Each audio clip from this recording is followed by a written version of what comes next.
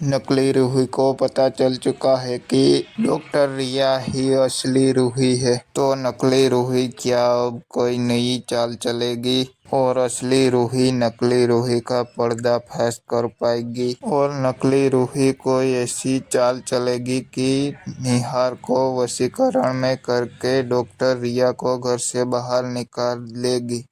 नकली रूही की चाल कामयाब हो उससे पहले ही दादी कुछ ऐसा कर देगी कि